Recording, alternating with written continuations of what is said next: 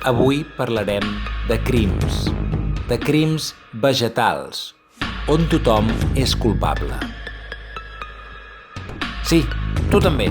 Què t'he vist? Aquí no se li mor mai una planta. Siguem sincers.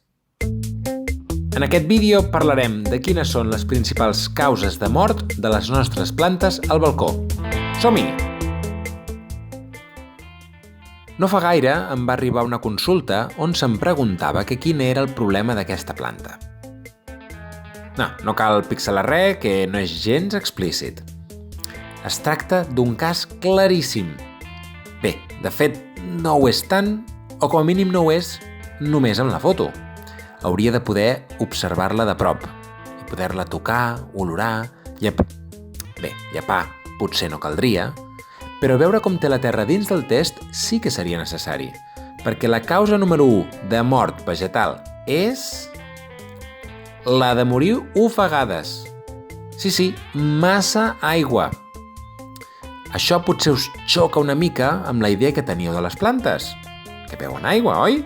Però heu de pensar que les plantes s'alimenten a través de les seves arrels, que absorbeixen els nutrients que hi ha al sòl de manera soluble, és a dir, a través de l'aigua.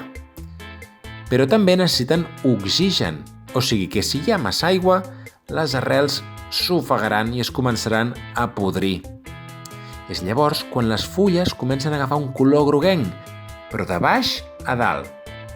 És a dir, que si les fulles de sota comencen a posar-se grogues, deixeu de regar immediatament.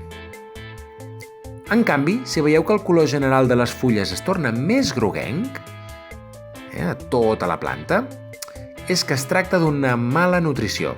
Falta menjar.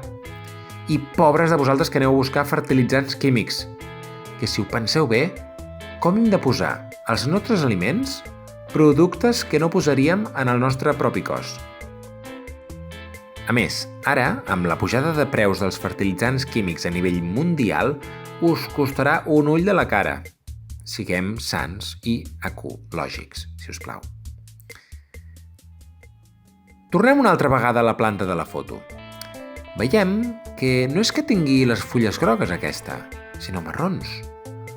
Veurem que són més aviat les de dalt o les fulles del mig. Són taques irregulars i, com podem veure, es tracta d'una planta d'interior. I què en sabem de les plantes d'interior? Doncs que no els agrada gens la llum directa del sol. Les crema. I aquestes cremades queden com a taques més aviat marrons i irregulars. Això passa molt, per exemple, amb l'arbre del bocat. Si el poseu al sol quan encara és massa jovenet, se li cremen totes les fulles, pobret. Per últim, una mort molt comuna durant les vacances d'estiu és la de per manca d'aigua. Torneu de vacances i el primer que dieu al sortir al balcó és «Hosti, les plantes!». Podeu saber que aquesta ha estat la causa de la mort si les fulles fan un soroll semblant a crec. Amb això ja podeu començar la vostra carrera com a detectius vegetals. Si és que us agrada aquest nom. I si no, doncs res, a mirar el detectiu Conan.